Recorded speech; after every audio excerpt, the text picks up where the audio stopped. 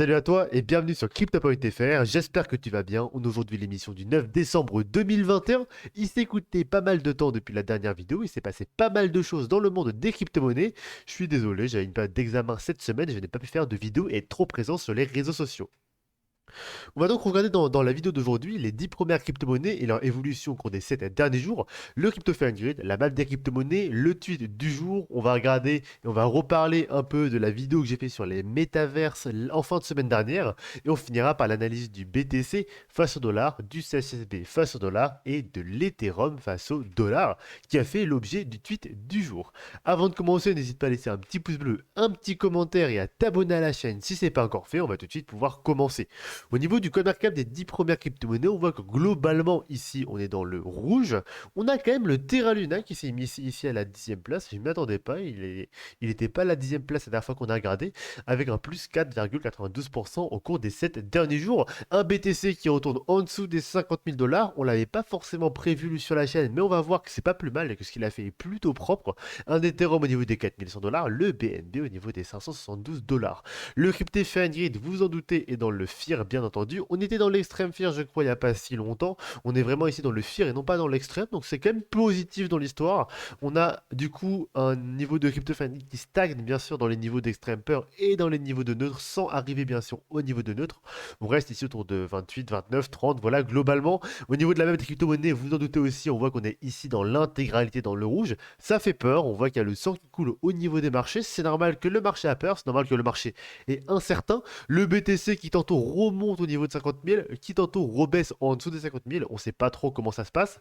Les gens ont peur que ce soit un bear market. On sait que voilà, on a une petite correction. On ne sait pas encore à quel point on va baisser lors de ce mois de décembre.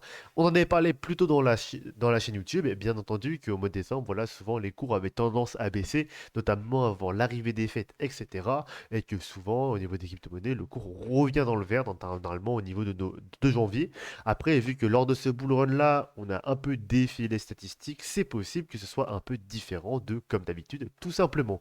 Au niveau de Twitter, on va donc parler rapidement ici du tweet du jour, hein, qui était sur l'Ethereum. J'ai bien fait ici deux graphiques, hein, qui est une option du coup sur TradingView Pro, qui permet ici d'avoir la vision de deux graphiques différents. La ligne ici montre qu'on est bien sur le même graphique, et on a ici bien sûr la présentation de deux scénarios différents que je vais remontrer dans cette vidéo. Là c'est bien A et ici un B au cas où vous n'aurez pas remarqué. Pour ceux qui n'ont pas vu, j'ai bien sûr fait aussi un petit trade en dessous qui permet d'avoir du coup la deuxième partie de l'analyse, si jamais vous voulez voir ça, sur CryptoPoint.fr. J'ai parlé aussi dans ma vidéo de la dernière fois des métaverses. Les métaverses, qui est un sujet assez connu, assez parlé, en ce moment assez discuté. Il n'y a pas eu énormément de vues, donc si jamais tu n'as pas vu la vidéo, n'hésite pas à aller la voir. C'est vraiment une vidéo qui a été faite en one shot, 51 minutes. Vidéo que j'ai écoutée là, qui est quand même assez intéressante. Ma mère m'a fait un retour et a dit qu'elle a réussi à comprendre. Si elle a réussi à comprendre, je pense que vous pouvez tous comprendre tout simplement. Ma mère ne s'y connaît absolument pas au niveau des crypto-monnaies ou alors très peu. Elle a dit que ça l'a beaucoup aidé. Donc si jamais vous ne connaissez pas vraiment le niveau des NFT, etc. et des métavers, n'hésitez pas à aller voir cette vidéo. Pour ceux qui m'avaient demandé, mon lien Tetanaria, du coup ici c'est un lien de parrainage. Et ici mon pseudo CryptoPoint.fr qui se marque en fait un peu comme le nom de la chaîne, sauf que tout est attaché. Attention par rapport à ça, n'hésitez pas aussi à m'envoyer un message, un commentaire ou alors un message privé avec votre pseudo Tetanaria parce que j'ai reçu pas mal de demandes, je vous ai accepté tous. Le problème c'est que je sais pas qui est qui, donc voilà, tout simplement, n'hésitez pas à m'envoyer un petit message si vous voulez que j'accepte votre demande de partie. On va donc pouvoir continuer en parlant du coup du tweet du jour qui est sur le Victoria VR. Victoria VR qui lance sa vente des Landes le 23 décembre. On aura plus de nouvelles à plus tard à venir, mais la Lande des Landes se fera en VR, donc il faudra en acheter sur KuCoin, sur Uniswap ou sur Orion Protocol avant bien sûr la vente des tokens. Chose qui a fait pumper quand même le tour du token autour de 66 centimes ici maintenant qui est le nouvel ATH. Aujourd'hui le cours du token est au niveau des 0,48 centimes de dollars. Pour ceux qui ont réussi à rentrer lorsque je l'avais mentionné il y a maintenant 6 mois, 7 mois à peu près où je l'avais présenté à la chaîne, bah félicitations à vous, vous avez fait un énorme gain, donc bravo à vous tous et puis bientôt la vente des landes, essayez d'en acquérir un, si jamais vous réussissez, bah, tant mieux pour vous. On voit qu'aujourd'hui les landes se vendent extrêmement cher, notamment au niveau d'Axe Infinity. Est-ce que ce sera le cas pour Victor VR? Encore une fois, c'est un pari à faire. Si jamais bah, Victor VR ne marche pas finalement, vous aurez perdu votre argent pour votre terrain, tout simplement parce que personne n'en voudra. Au niveau du coup de Victoria VR, hein, toujours. Je mettrai le lien du site en description si jamais vous voulez aller voir. Encore une fois, attention, le cours a beaucoup monté dernièrement. Euh, ce serait peut-être du FOMO de rentrer maintenant. Vérifiez bien au niveau de l'analyse technique, au niveau des charts sur Bitcoin, etc. pour voir si c'est un bon point d'entrée aujourd'hui. C'est pas que certaines personnes ont fait un gros pourcentage et qu'on a fait comme un peu à l'image de comment on appelle ça, Génopède, voilà, un énorme pourcentage au listing, qu'aujourd'hui ça reste une bonne opportunité d'achat au niveau des crypto-monnaies. Il y a quand même des crypto-monnaies aujourd'hui qui ont des très très belles opportunités d'achat. Je pense notamment aux petites pépites que j'avais mentionnées, AMB, ICP, qui sont des bons projets derrière, qui sont un peu oubliés, qui ont pourtant une très très belle avenir, je pense, derrière eux. Au niveau de UNQ Universe, hein, le petit bonus ici que j'avais parlé, la petite pépite au niveau de la blockchain Solana que j'ai parlé, j'ai eu la chance d'être pris à la loterie, du coup, j'ai obtenu mon Dark Matter. Je vais pouvoir du coup minter un NFT Universe dans 24 heures à peu près. Donc voilà, c'était juste pour mentionner que tous ceux qui ont participé après ma vidéo et tous ceux qui ont gagné, du coup, vous avez du coup 24 heures avant de pouvoir minter vos tokens. C'est normal qu'on ne peut pas les minter maintenant, ça commence le 10 décembre. Vous aurez 48 heures à partir de ce moment-là pour minter vos tokens à partir de vos tokens Darkmatter que vous avez normalement reçu dans votre wallet. Attention au scam aussi par rapport à ça, bien entendu. Et au niveau du coup de ces 24 heures qui sont terminées, vous pourrez du coup commencer à minter. Et après les 48 heures, votre Darkmatter ne servira plus à rien et vous pourrez du coup après minter des univers tokens pour 2 sols. Donc tous ceux qui ne sont pas rentrés dans le projet, qui n'ont pas réussi, qui veulent quand même minter un NFT, c'est possible pour 2 sols, du coup 48 heures après le 2 décembre, c'est-à-dire le 12 décembre, grosso modo, vers du coup dans 23 heures, donc on va dire vers 21 heures à peu près, si jamais vous voulez investir dans le projet tout simplement. On va continuer la vidéo en parlant du coup de l'analyse technique du BTC face au dollar. Et avant ça, bien sûr, on va regarder un peu ce que j'avais dit dans ma dernière vidéo. J'avais dit qu'ici, pour moi, on avait terminé parce que c'était assez rare ici qu'on faisait une leading diagonale simplement sur de si grandes vagues. On a défilé statistique, on a fait du coup une leading diagonale. On va voir que c'est pas plus mal. Pourquoi? Tout simplement parce qu'ici, en regardant, on a vraiment touché quasiment pile ici. On a touché pile même les 90% de Fibonacci. On est vraiment extrêmement propre au niveau du décompte ici. 90% pile de Fibonacci sur différentes time frames. C'est vraiment très très joli. On voit vraiment au pixel près. Je vais vous montrer ça. Hop là, on va zoomer un peu pour vous montrer. Voilà, on a vraiment touché au pixel près les 90% de Fibonacci. À peu près, on n'est pas vraiment dessus au pixel près, mais on est quasiment dessus. C'est vraiment très, très, très, très beau l'objectif de prix qu'on allait chercher. Au niveau des 42 000 dollars, ça va permettre de faire dégonfler un peu la hausse qu'on a connue au niveau du BTC. Ça a permis aussi de faire dégonfler pas mal de crypto-monnaies qui avaient pas mal pris dernièrement. C'est plutôt pas mal à ce niveau-là. Je pense, pour ma part, qu'on a connu le bottom. Je sais que j'avais dit ça dans ma dernière vidéo. Je ne pensais pas ici personnellement qu'on allait descendre en dessous de la barre des 1. Maintenant, on est au niveau des 90% de Bonacci. Là, on peut pas aller en dessous de la vague de 2 rose, tout simplement, parce que sinon, on invalide tout le scénario aussi. Et là, on part vraiment sur autre chose. Et du coup, voilà, la zone limite à ne pas dépasser, c'est les 39 517 dollars. On a déjà atteint les 42 000 à peu près dollars, hein, 42 285.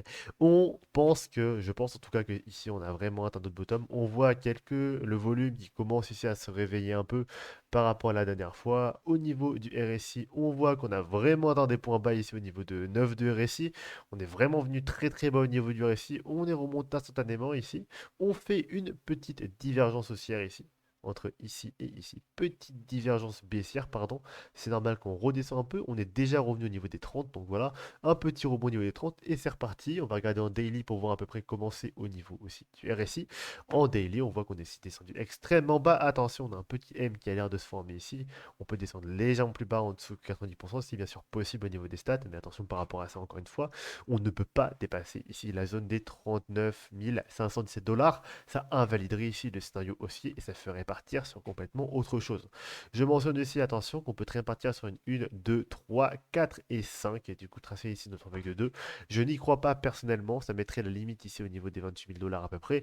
Je n'y crois pas personnellement. Après, c'est bien sûr possible que ça arrive. Faites votre analyse de votre côté, bien entendu. En tout cas, ici, on a une vague de cas qui est extrêmement forte. Et on parle bien sûr ici d'une leading diagonale, pardon, d'une ending diagonale, vu qu'on est ici sur une vague de 5 violette, tout simplement.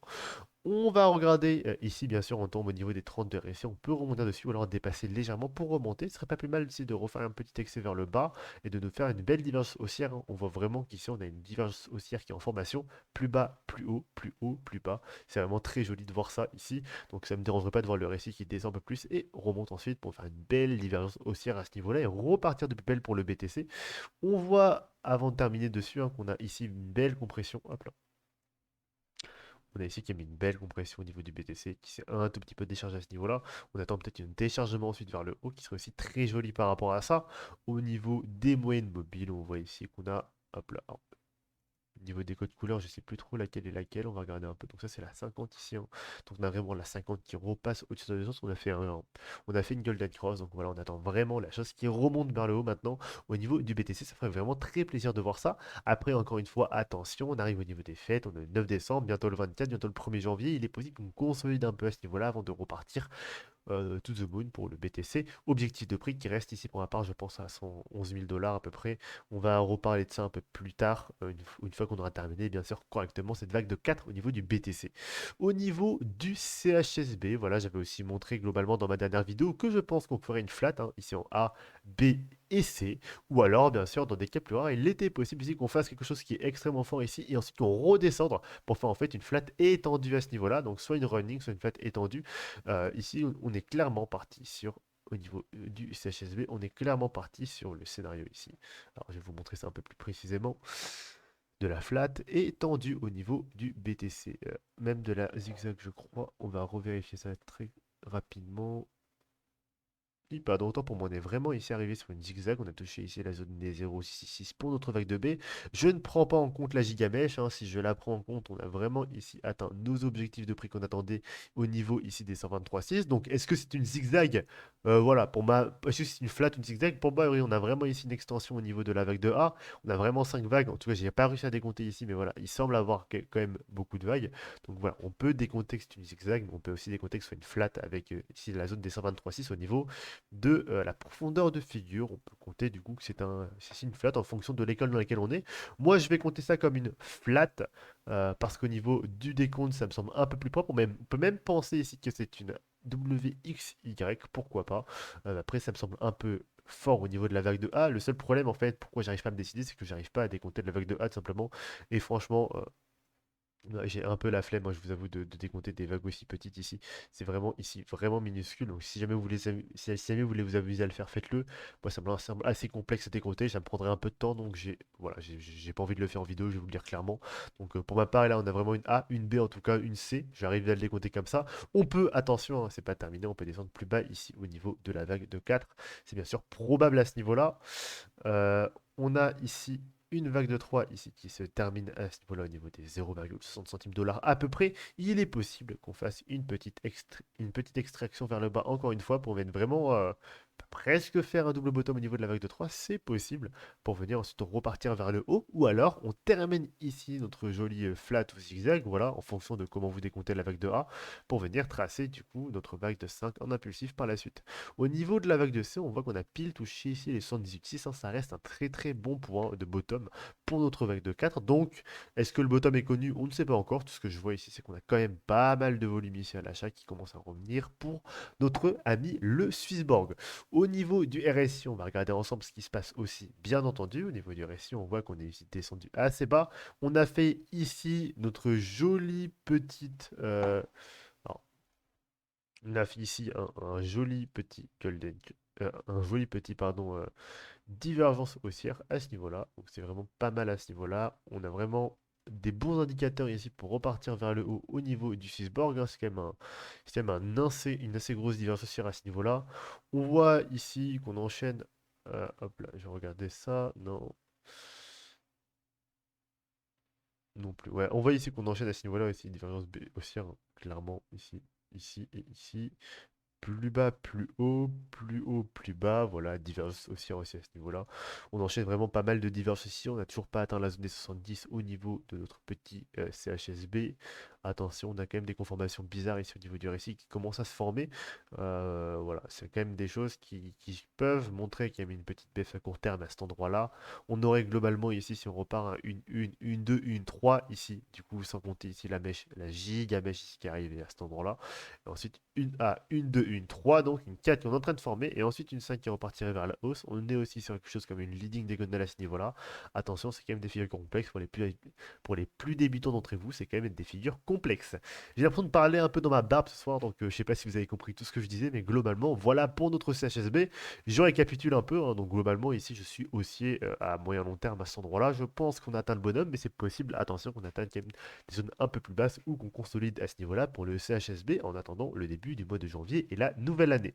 On va maintenant parler de ETH, hein, comme je l'avais mentionné ici. Donc là, je vais pas vous montrer les deux.